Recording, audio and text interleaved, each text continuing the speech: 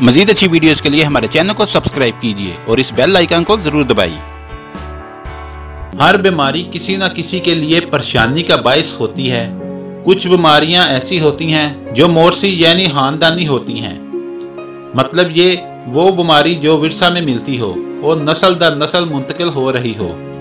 इन बीमारियों में से एक बीमारी मिर्गी है।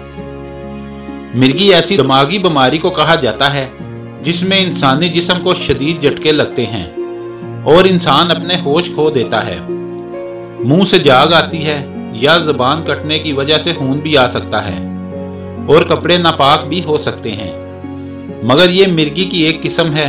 मिर्गी के मरीज के लिए ये सूरत हाल कभी कभी बहुत ही खतरनाक हो जाती है। फौरी तौर पर मरीज को डॉक्टर के पास लेकर भागना पड़ता है। मिर्गी का दौरा पड़ने से मरीज को बहुत दिनों तक जिस्मानी कमजोरी का सामना रहता है। डॉक्टर मिर्गी के मरीज के लिए बड़ी तादाद में दवाएं तजवीज़ करते हैं जो उसको रोजाना बिला नागा खाना होती हैं। दवाओं के खाने में बेहतियाती इस मिर्गी के मरीज के लिए मजीद परेशानी खड़ी कर देती है।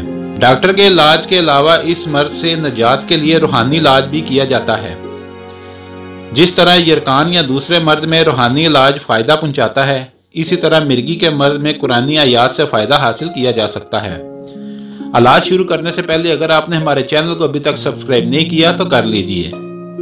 इलाज नंबर 1, मिर्गी के मरीज को जब दौरा पड़े और वो अपनी हालत खो बैठे तो ऐसी सूरत हाल में कुरान मजीद की सूरत अल शम्स पढ़कर मरीज के कान में फूंक मारने से मिर्गी के दौरे में कमी वाक़या हुई है और मरीज की तबीयत बहाल हो जाती है।